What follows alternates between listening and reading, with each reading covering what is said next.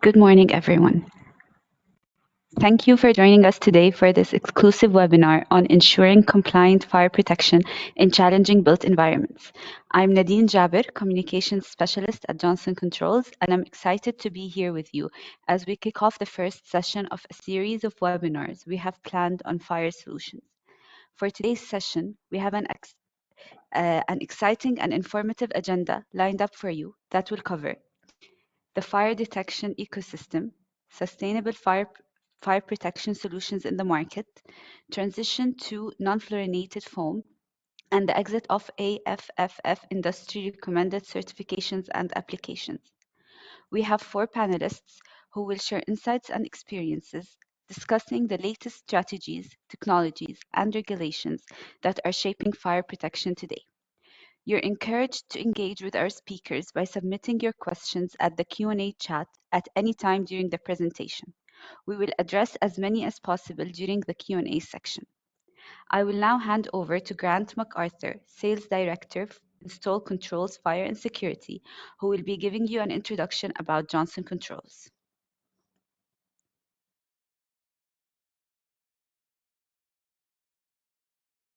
Thank you, Nadine. My name is Grant MacArthur. I am responsible for the controls, fire and security businesses here in the GCC. I've now been in the region around 13 years or so. Recently rejoined Johnson Controls just over a year ago. Now, today we are talking about fire. It's not a sales call, an informative call. We have a panel of specialists here. Please feel free to put your questions and we'll do our best to answer them. If we can't answer them today, then we'll surely get back to you after that. This is a journey that starts at compliance, but hopefully can lead to much more in terms of discussing meaningful solutions for your organizations, your clients, and moving forward. Nadine, next slide, please. Now, I'm sure Johnson Controls as a company needs no introduction to most of you who are on the call today. We're 140 plus years old now. It's a company that's from its inception has been formed in innovation, forming the first thermostat 1800s. 140 years plus of innovations and solutions, and that continues as we see here. So some of the buildings at the bottom of this slide, some of the most iconic buildings in the region, you will find Johnson Controls solutions providing efficiency and support to those running and operating those buildings there. Whether that be HVAC solutions, controls, digital, fire, security, the full suite of our systems and solutions are available widely in the most iconic buildings across the world and certainly in this region. Next slide, please, Nadine. I won't go through all of this. There's a lot of numbers on this page, lots of information, but I'll pick 1 or 2 numbers out that are prevalent. This directly lines up with our vision as a company, as Johnson Controls, and our commitment to that vision. Currently, we have $7 billion in savings for our customers in play as it stands, energy and operational savings, and counting rapidly, which contributes to around 37 million metric tons of CO2 saved from our HVAC and controls and BMS solutions. We cover all aspects of modern living, modern buildings, transportation, data centers, healthcare, hospitality, education, commercial and residential also. So we have a full gambit of covering the verticals. Next slide, please, Nadine. In terms of the Middle East region, we are based in Dubai, but we have 19 offices and manufacturing facilities across the region, as you can see in the right-hand side of the slide. We have around or just over 4,700 directly employed operatives in this region, and we from here in this office, we have contributed over $1 billion in savings with our solutions up until now, again, counting rapidly. In terms of solutions, we see ourselves as uniquely placed because we are manufacturers. We do manufacture our products, majority of our products. We are agnostic to complementing that product line with others in terms of forming solutions.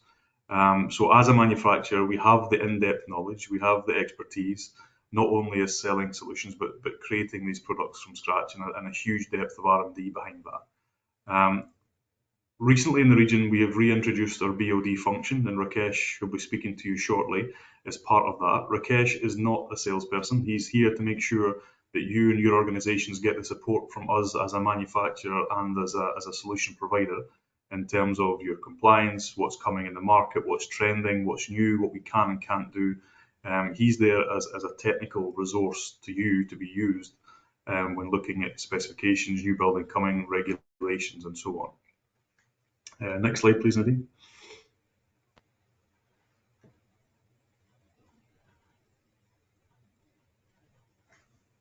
So as I said, the solutions list is pretty extensive for us. There's a lot there that you may be interested in later. We do everything from digital twin, power solutions, industrial refrigeration, HVAC controls, BMS security. But most importantly today, we'll be discussing you with fire. And we'll have some speakers talk about that shortly. Next screen, Nadine, please.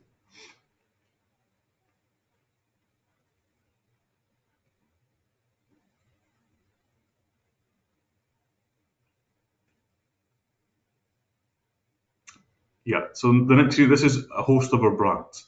Now, Johnson's has been formed and created of acquisitions, mergers, takeovers, and creating new product lines in the market for a long time. Now, I'm sure you're aware of most of these brands. Perhaps you may not know that they actually fall under the JCI umbrella, but I'm sure there's many on here that you've used before, Autocall, Zettler, to name a few. So we will go through these in some detail later. Again, any questions, please ask. Please ask on the chat or contact the representatives after this call. And from that, I'll pass you on to Mr. Rakesh.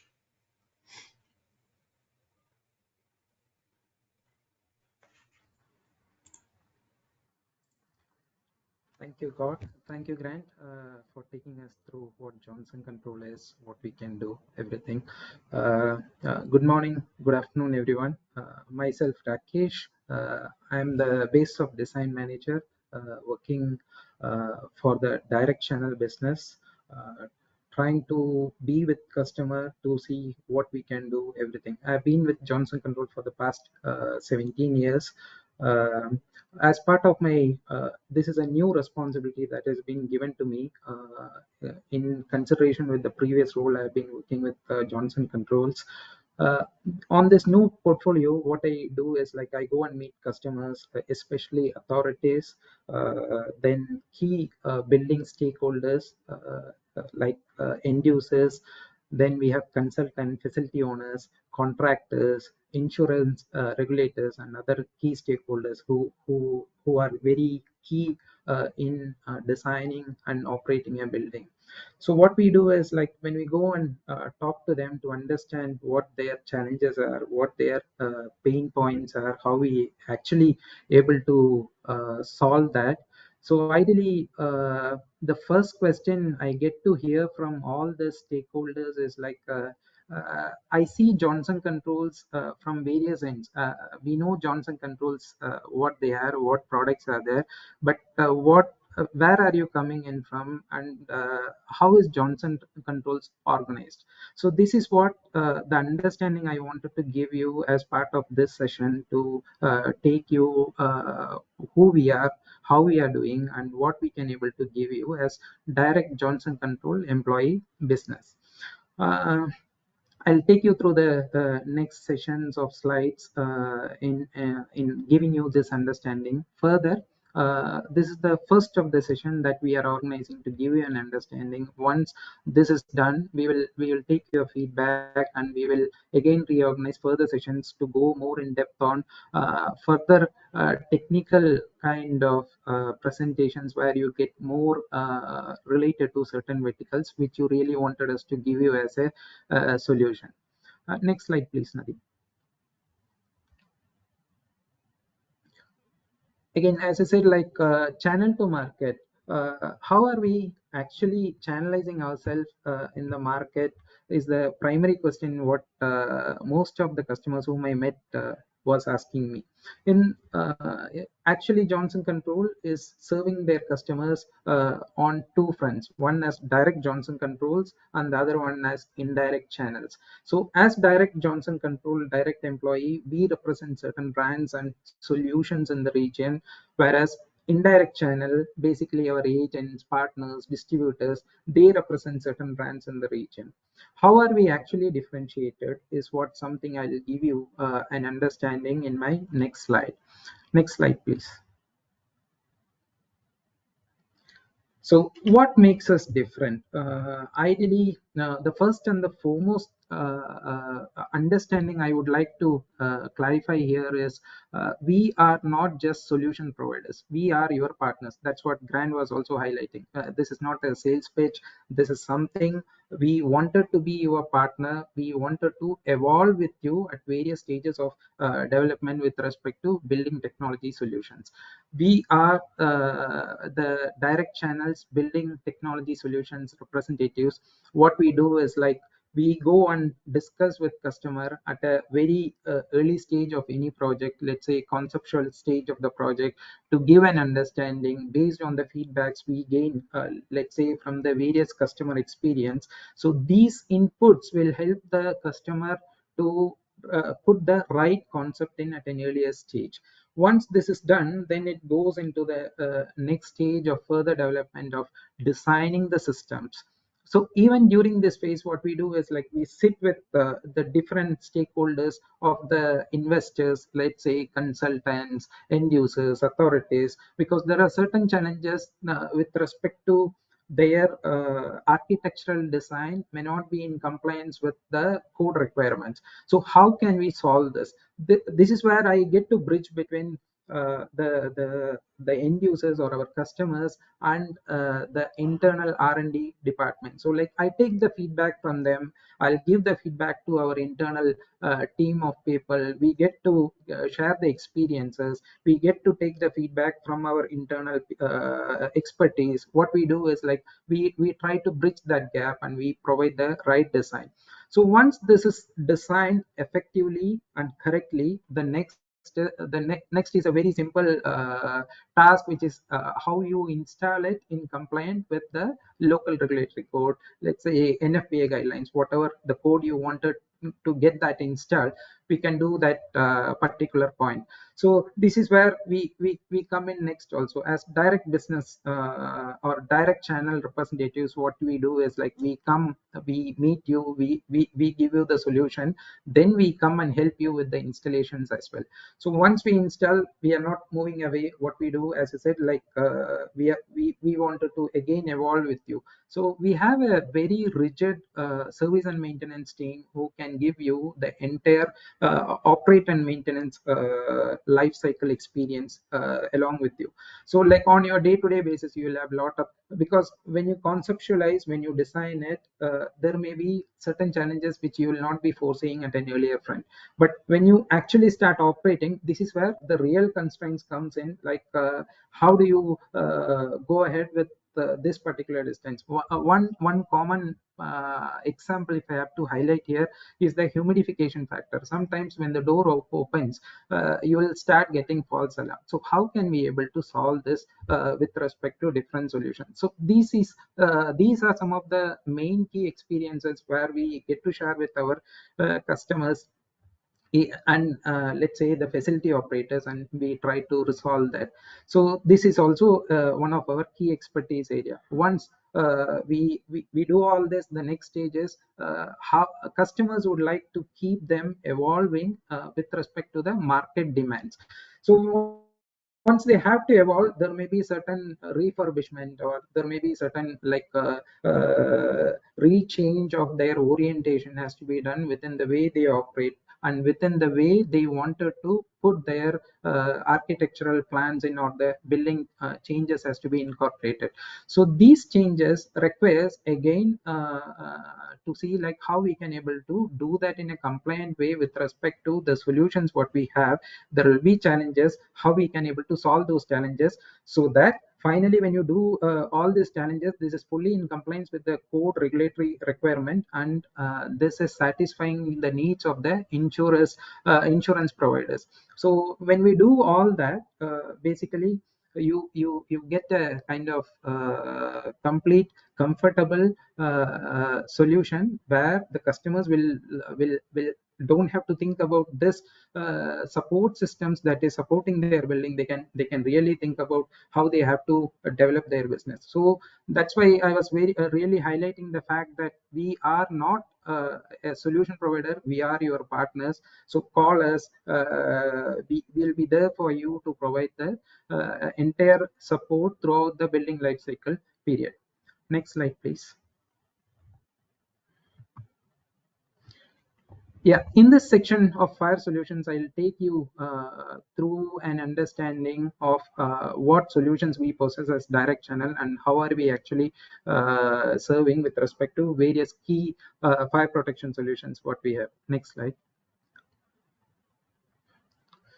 So first of all, before going into the solutions, I would like to give you an understanding which market we serve. So ideally, if you take commercial, industrial, infrastructure, then any kind of power and utilities, this is our key expertise area. Along with that, oil and gas is more another expertise that is also part of our solutions. So ideally what we do here is like we go and meet, as I said in the other slide, like we go and meet each real key stakeholder who makes the decision. We share the experiences we have or we had from the previous buildings. So these experience will help them to remodulate their way of designing, functioning, everything, and then we provide them the most optimized solution. So we are like a partner who can be with you to evolve with you to provide you the right solution that helps you to prevent most of the I would say let's say the gaps or the compliance issues or related kind of pitfalls that you get to experience at the various stages of the project. So we will not let you suffer as the investor or as a consultant. Our intention is to ensure that you give a solution, that solution is healthier, and that solution will work for a long time in a more sustainable way. Next slide, please. So the products and solutions we represent as direct channel, we represent different brands and solutions in different regions. These are few of our brands and solutions what we possess within different region. Actually, I am responsible for GCC region. So what we do is like any kind of fire water system requirements, we have the entire product range. You know, Tyco is one of the largest manufacturer of fire protection system, especially foam, water and gas suppression system. This is our core expertise. So any sort of requirements on any of these scales, please ensure that give us a call. We'll be right there with you to see how we can able to resolve it together. Autocall and Zettler is one of our key fire detection solution that we represent in the region. As direct channel, the segregation of different fire detection system is like Autocall and Zettler is being given to us, and there are other Johnson Control product that is not with us. It is basically with our channel partners or agents or the local distributors who are representing different other brands. The only difference between us and the channel partner is like we being the direct Johnson Control representative, we will be evolving with you through various stages of the project, and being direct representative, we can the experience what we can give to help you have a smooth sailing over that building life cycle is what we would like to give you an understanding about. Next slide, please. Fire water system, as I said, that Tyco sprinklers, known anyone will have a good idea about this particular solution. So like we have the entire range of sprinklers. In fact, there is one certain solution on AFFF. It is only us who has got the best K factor available in the entire globe. So we are known for fire protection system, and we have the entire range of services. Any only thing what I will request here is like any design kind of constraints when you face on day-to-day basis, especially on the racking, storage, all these are our key special core expertise. Please call us. We will help you in solving that. Water mist, we have few brands in the sense like there is a low, medium, and high pressure water mist system. It is called as it is under the common brand as Aquamist, but ULF, Fog, and Sonic are the different sub brands for these water mist system. Next slide, please. Gas suppression system is again one of the core expertise. Energen was one of our patented system, and over a period, it has been generalized. Now everyone knows Energen as uh, uh, it has like IG541. So basically, we have all the common solutions what we possess with respect to gas suppression system. And every solution what we have is UL listed, FM approved. So we can support you in any sort of such requirements with respect to design. Next slide.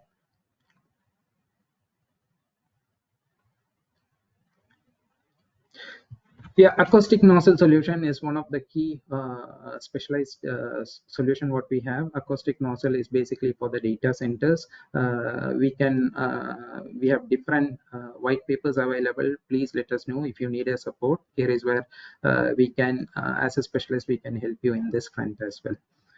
Next slide, please. Workshops and facilities.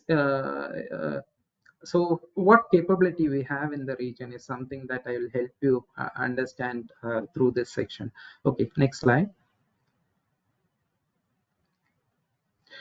As I said, like we have complete end-to-end solution, right from the design stage, fabrication, let's say any kind of local fabrication of skate, then installation, then commissioning. Then if you wanted an existing site to be audited with respect to compliance perspective, we can come and do that as well. We can give you the right understanding. All this is our key capabilities. The most important point which I would like to highlight is like we have a remote operating center in our Alcus office, where we what we do is like we get to remotely monitor the systems that is installed as part of Johnson Controls to see like how we can support 24/7 from a remote area. This is done through a special platform called OpenBlue. If you need any further understanding more on this, we'll be happy to take you on requirement basis. Okay, next slide, please. Now you'll be seeing some of the key specialized customized kit that what we have fabricated with respect to mechanical and with respect to electrical. So these are some of the Energen kits that what we have fabricated in our workshop in Abu Dhabi. We have a large workshop in Abu Dhabi. Next slide. These are Novex kits that what we have fabricated, very large and sizable, customizable. Next slide.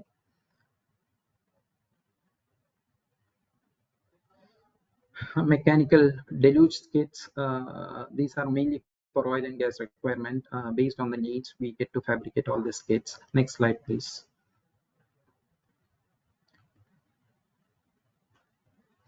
Foam skids.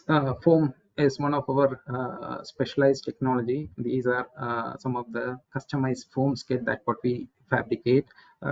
Theory here will take you further down to foam solutions. Next skid. Next one. These are firefighting equipment, again customizable requirement we fabricated. Next one.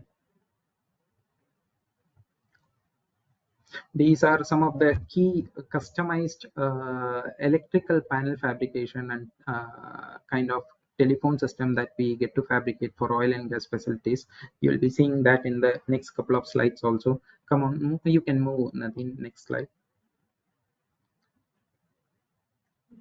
Yeah, next slide, please. Yeah, this is one of our POC facilities, which is basically proof of concept. What we do is like any sort of system, if customer wanted to have a kind of live understanding of how the system works, we have a setup in our workshop. You can go test it by yourself. You can have an understanding. You can visualize it. You can feel it. Then you can even decide on how you can able to evolve with that system. Next slide, please. Service is one of our core key capability across the GCC region, especially Qatar and UAE. So like we have refilling facilities. We have two refilling facilities in UAE and one in Qatar, which is newly installed. So like any sort of requirements can be catered within this servicing facility. Next one, please.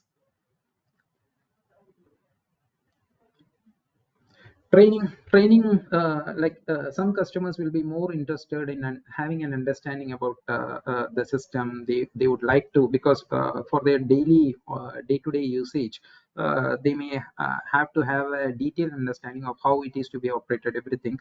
We have a kind of extensive training facilities with seated capacity as highlighted in the deck. So like any kind of training requirements, we can cater that. This is basically from our global products. So product division has created this training center.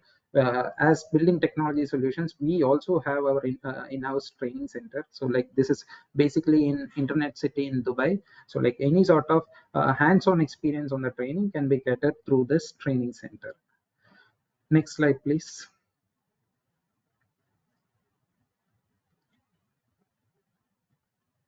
Uh, we have a kind of deep mandate that is being regulated within the way we operate. Everything we operate is based on ISO certification requirement. All our process activities, everything is certified. So you can see that we are the certified organization. So all our policies, activities are all tracked and manually regulated. So we are an ISO certified organization. So all documentations are like as per the requirements of the certification needs. With this, I finish my session. Like I'll hand it over to Aseed. Aseed is our regional sales manager for fire detection products, who will be taking you through next. Thank you.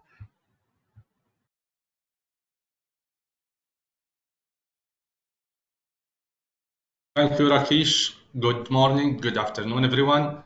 My name is Yazid Al Ahmed. I'm the regional sales manager of global fire detection products, looking after Middle East region. I've been working with JCI for the past 8 years, with total experience of 16 years in fire industry.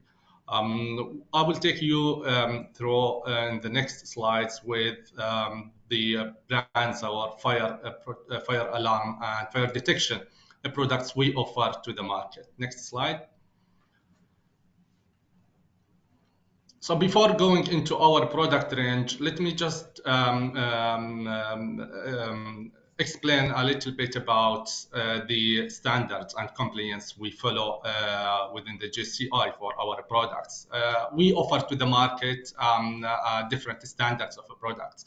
One of these brands or products is the UL listed and the EN 54 standards product. Quick introduction and definition on both and what's the difference between the UL and the EN standards. UL standards basically is a standards followed by the North American, which follows the NFPA codes, where the EN is mainly introduced and known widely within the European countries. Requirements and specification, there are a wide range of products follows the UL standards and the EN standards, and this is typically based to a project specification we have. Documentation and compliance mark, the UL represent the underwriters laboratories. tested and certified by UL, where the EN54 we have like the CE marking or LPCB VDS. Next slide.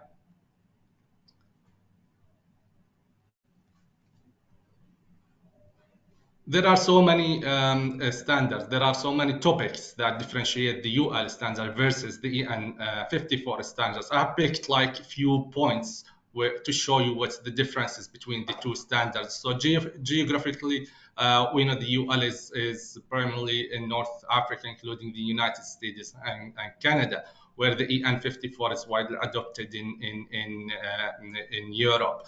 Another point I would pick like the life of the smoke detector. So on the on the UL or NFPA 72, the specs calling for maximum of 10 years. So you need to replace the smoke detector after 10 years, where in the EN standards, it is as per the manufacturer recommendation.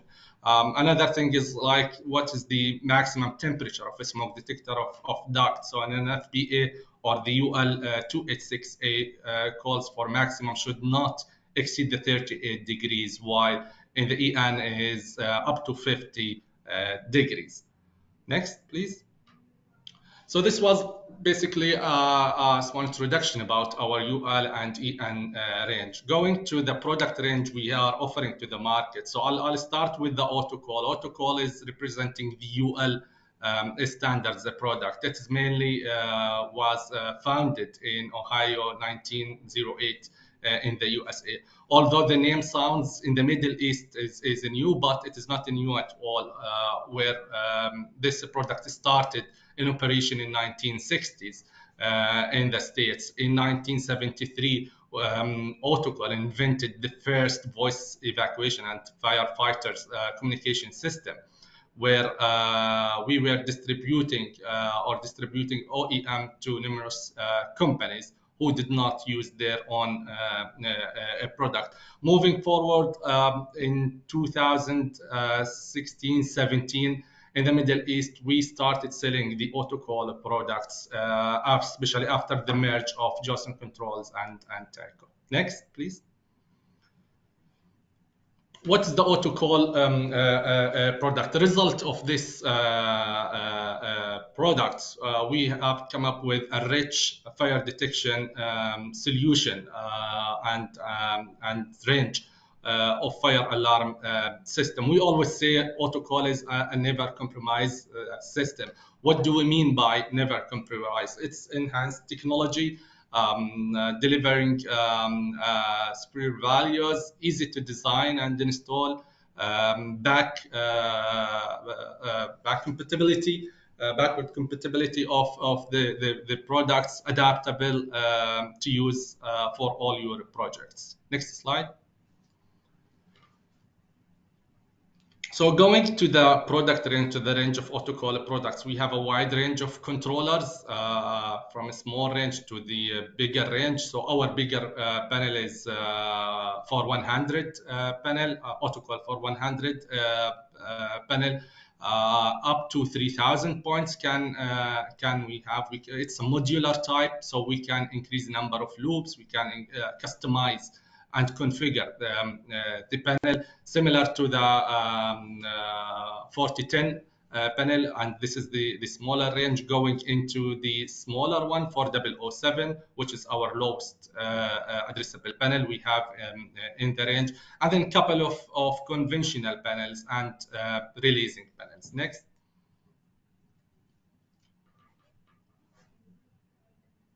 This is our control panel, the main control panel that we have within the range.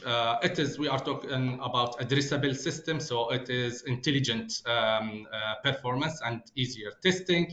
As I mentioned a few seconds ago, it's a modular type where you can customize your panel. So for the contractors and for the client, you can customize the cost of the panel as per the needs of the project. Easy to integrate and interface with the third-party products, and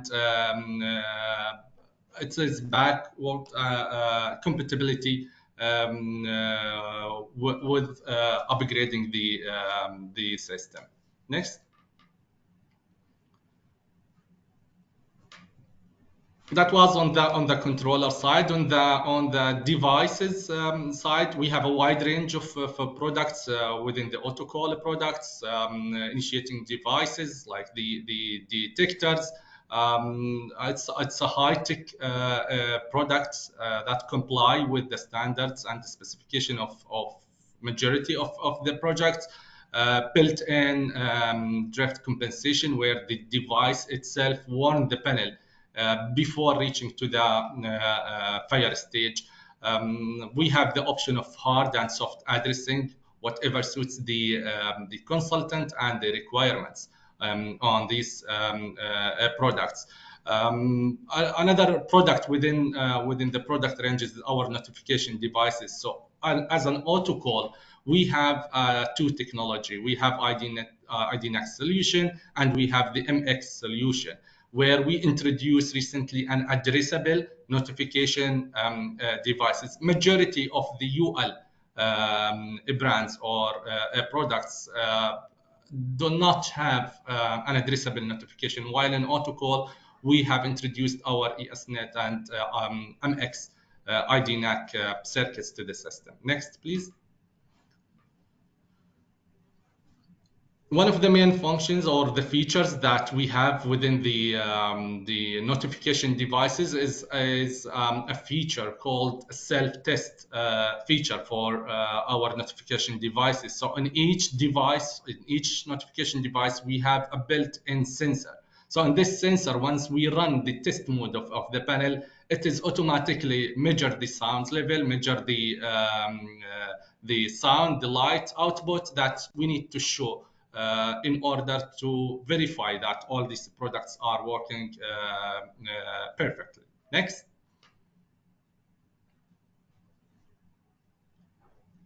So we covered the UL standards. On the EN54, we have a product called Zettler. Zettler is following the EN54 standards, where we have LBCB, we have VDS products, approvals, and meets the EN market of the system. Next. Wide range of controllers. We started from 2-loop or single loop panel up to 32 loops within the range. As we can see here are the light panels. It is a colored LCD. And in the next slide, please. We have the touch screen and graphical interface unit. This is a bigger range of the panels, where we have up to 32 loops as per the project and needs and the consultant requirements. Next. This is our panel. One of the features or main features that we can distribute the loop, so we can have a full loop, full capacity of the loop, and we can share the loop. This is based on the configuration, so we can share the power of each loop. Next. Then we have integration or interface with third-party systems. So we can integrate with the Modbus, PLC solutions. We have the backnet integration, the converter that we can integrate with BMS and controls systems. Next. This is how our network looks like. So within the network, we can have up to 99 nodes. And nodes means a panel could be a node, a third-party interface could be a node, a graphics solution and system can be a node. So we can have up to 99 nodes within our network, and these nodes can be connected through copper and can be connected through fiber solution. Next. We have a wide range of devices. This is how our loop looks like. It is all the devices as per the EN54. It is powered from the loop, so all sitting on the same loop, from devices to call points to notification devices to modules. Next. Fast logic algorithm, it's a sophisticated algorithm where our panels or Zettler panel analyze the event. So it differentiates. And the main thing, the main purpose of this algorithm is to reduce or eliminate the false alarm. So through this fast logic algorithm, the panel will understand what the event coming from, whether it is a real fire coming from a normal smoke within the area, or it's a false false alarm from the devices. Next. Yeah. Our main products within the range is our sensors. We have the photo smoke detector, we have the heat detector, we have the multi-sensor. We have a triple sensor, which is a recent technology we introduced to the market, where we are having a CO covering the monoxide of the devices, along with the optical element and the thermal element. Next. The same thing within the range, we have our notification devices. This is a latest technology. It meets the requirements of EN 54-23, which is the main code for the notification devices. Our notification devices, or the flasher and sounder, is based on LED technology, where it gives you a 360 light intensity in case of fire. Next. Within the range as well, we have a wide range of manual call points. We have it indoor, outdoor, with IP67 range within the product. Next. A wide range of ancillaries where we integrate with third-party systems. So we have monitor modules, and we have control modules to connect with third-party system, where we can give the control, give the signal as an output, or we take the signal from any third-party system and send it to the panel to take the next action. Next. Within Zettler, we have a wide range of special detectors and special detection, where we may need for special hazards, industrial projects, oil and gas projects. And one of the main products we have is our explosion-proof flame detector. This is based on IP65. It is an FM approval. It's EN approved, and used widely in so many industrial projects. Next. We have as well a special detection solution, which is the linear heat detectors. The linear heat detectors, it's mainly used in refineries, in tunnels, where we where we need special detection solution to cover these areas. So in general, or summarizing all what I have mentioned, we mainly have a product for every project. So whether your project is residential, it's commercial, it's an industrial project, oil and gas, we have the right product to cover this project. And this is where we definitely offer to the market with different brands and different products. That was all from my side. Thank you.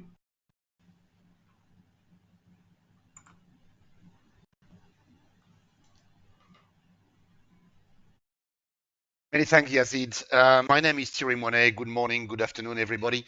I am part of the global product division, the fire suppression actually division, and I am global business development director for the foam product line. I've been with Johnson Control for nearly 29 years, and my involvement in the Middle East has been, for at least, 7 or 8 years. Next slide, please. For the past, decades, the environmental agencies have been, looking by the principle of precautions, to all chemical substance.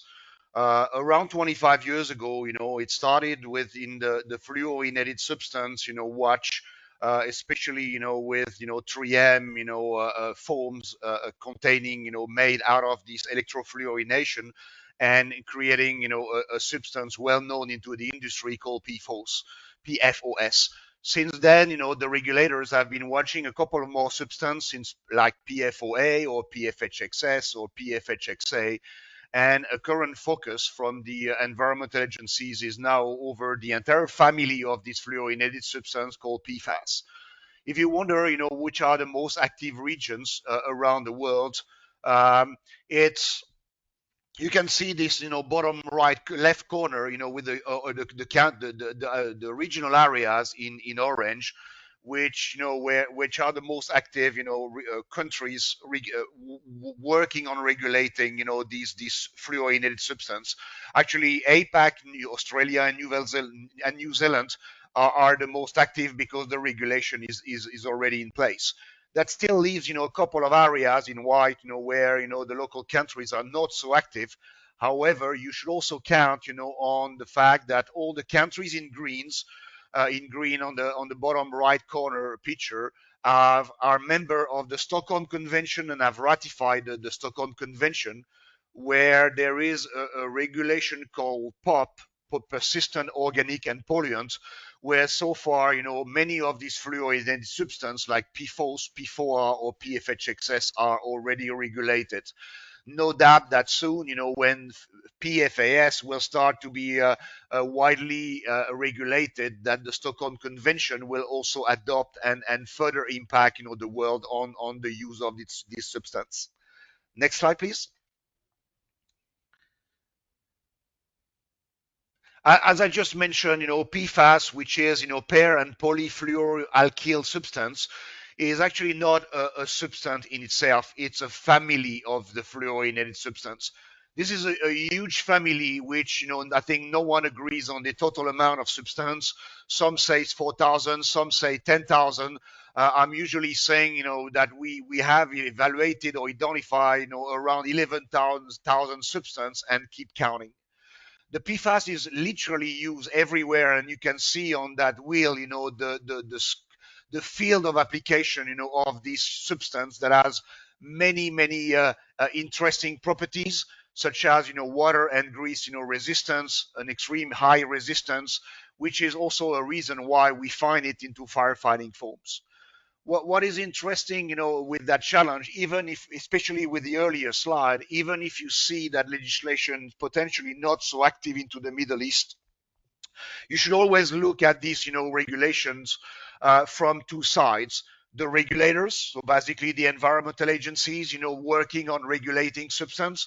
ECHA is, at the within 2024, so this calendar year, the European Chemical Agency is expected to publish a regulation to regulate and ban all these substances in firefighting foam.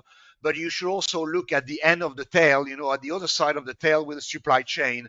The supply chain by, being either the foam manufacturer or simply the raw material, manufacturer. If any of those two, stop, producing or supplying, the raw material that is needed to produce firefighting foam, users won't be in a position to maintain, the purchase or the acquisition of these products. Actually, as a consequence, you can see that several foam manufacturers have already started, to pull out of the fluorinated foam production. Next slide, please. And we are actually one of those, companies. We actually were the first, in July 2023 to announce our decision to exit the fluorinated foam market. This is going to be effective. We will produce and ship our last orders, and production by the end of June 2024. So basically in a few weeks from today. And since we have announced that, 4 major companies have already followed, where some of them have even had, a stricter timeline and have already stopped, so for some of them, by December or even, March, this year. Next slide, please.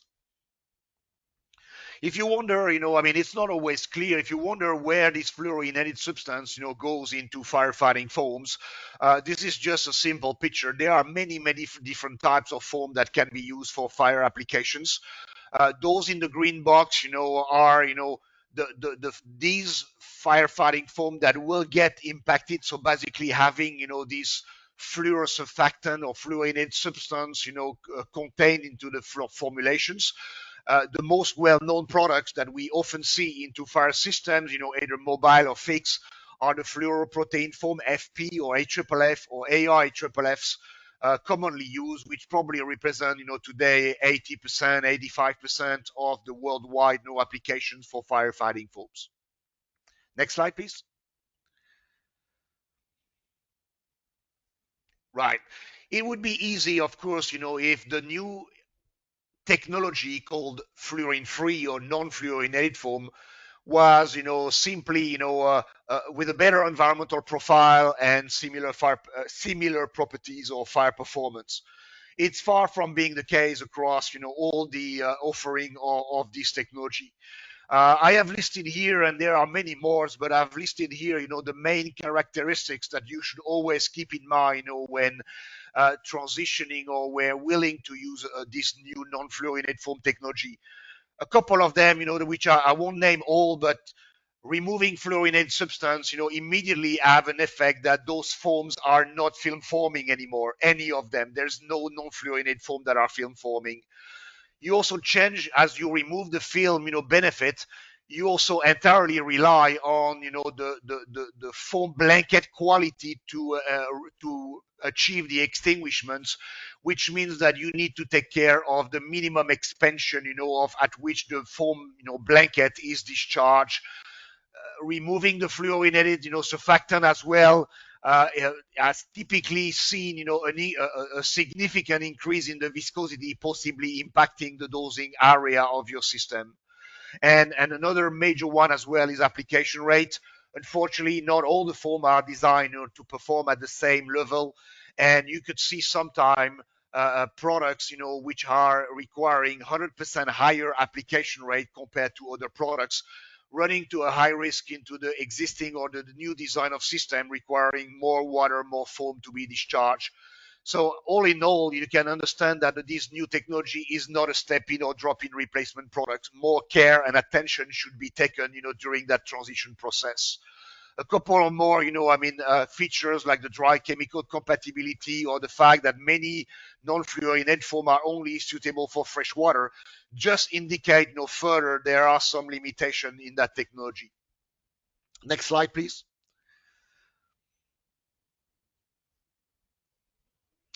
You can see, here, a typical system and understand where the impact, and we call it the EVA concept.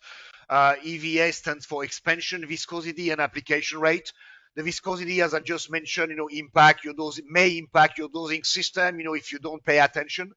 The expansion is a direct correlation of the ability of a discharge device to provide or discharge the right quality of expanded foam to run, at nominal performance or nominal fire performance. And the application rate simply has an impact on the entire system, where if you require more flow, you will be running, low on the pump capacity, on the water resources, on the foam agent, the piping size, and so on and so on. Next slide, please. This oh, not that fast. Yeah, thank you. uh, this non-fluorinated foam is not a new technology. We've been producing or foam without fluor for the past, probably 30-40 years. One typical example, of foam being historically non-fluorinated are high expansion foam, which are commonly used into aircraft hangars. So if you have those kind of foam, you are actually safe from that transition, requirements. However, the majority of the transition challenge has been to replace this FP AFFF and ARI AFFF, which I will, introduce briefly to you in the next slide. This is, the products that we have, shaped for the past couple of years and launched. UL201, which is specifically dedicated, for fixed foam systems, municipal fire brigades or marine. 331 is specifically designed for sprinklers application. WNF33A as a 3x3 or 1x3 is dedicated for POG market and tank fires. And NFF3B, which has been recently launched, is specifically dedicated for airport application as being an ICAO product. Next slide, please. As you understand, the next requirement, as I explained, the need for understanding the viscosity has an impact on the dosing and the quality of the foam blanket, and the discharge device. We have run extensive testing, representing thousands and thousands of engineering and testing hours to evaluate all kind of dosing systems which are either internally tested or listed, same as discharge devices such as sprinklers, monitors, all kind of foam pourers which are commonly used within the design of fixed fire foam systems. So the requirements of using combined and combined testing equipment or listed solutions consisting of the agents, the dosing system, and the discharge device is really key to ensure the performance of this new technology, when using non-fluorinated foams. Next slide, please. So the last slide of my presentation, the key goal of a transition timeline, and transition guideline success, mission critical is, I will repeat once more, ensuring the system compatibility with this non-fluorinated foam new technology, which consists, of ensuring the agent foam solution expansion meets the hardware compatibility, the agent viscosity, meets the dosing system compatibility, and of course, all in all, you want to maintain the fire system performance, which is, related to the fuel risk and the proper selection, of the right agents, having the correct application rate. Otherwise, you may run to the requirement of redesigning and replacing your entire firefighting, foam fixed systems. I want to thank you all, and I think we were going to open the Q&A session.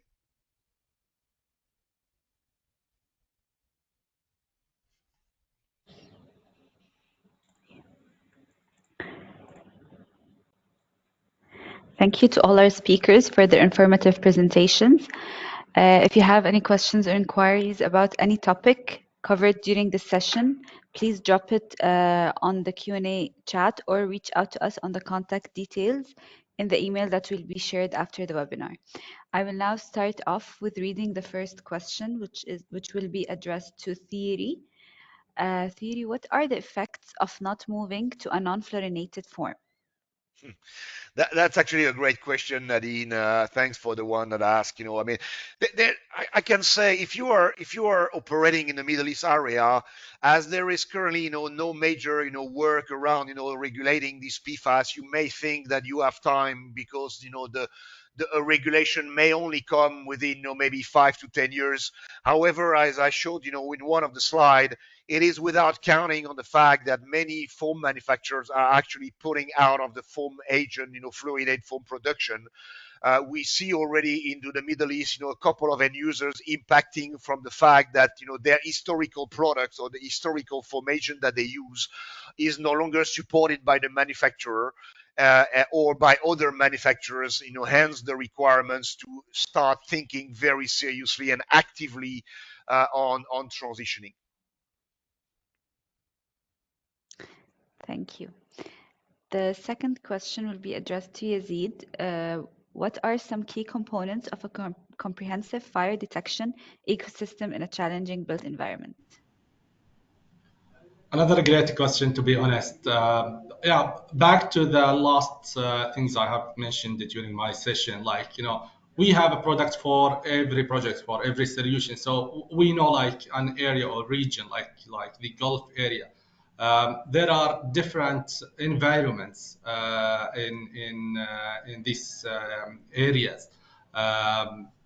Considering the humidity, considering the high temperature within these areas. So we have a dedicated products and dedicated approvals to comply with this specification. Just an example of taking on Zettler product, we have Cell 2 approval, so which is the safety integrity level, where mainly it is required for harsh environments, where we need it for specific and special project. We do have as well explosion proof for special hazards projects. We have the IP rating of IP67 ratings for another special project. So we can see different environments, but within the product range that we have, we can comply and we can offer a comprehensive solution to cover this region. Thank you. Thank you, Yazid. The next question is for Rakesh.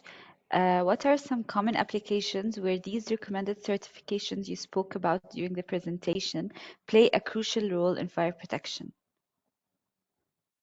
This is a very important question, Nadine, and everyone who is listening. Basically, some components may be individually listed, but when it comes to fire protection solution, the requirement is it has to be listed together as a system. This is what theory was also explaining in this part, especially when you take foam system, individually materials may be listed, like UL listed for nozzles, UL listing will be there for foam concentrate, but is it a real solution for any kind of fire protection needs? No. Actually, NFPA and the local guidelines are clearly asking for a mandated system approval. So people, when they have to use or select any kind of component for any kind of design, all they have to ensure is, are they selecting a listed system that works together and it is tested for its application.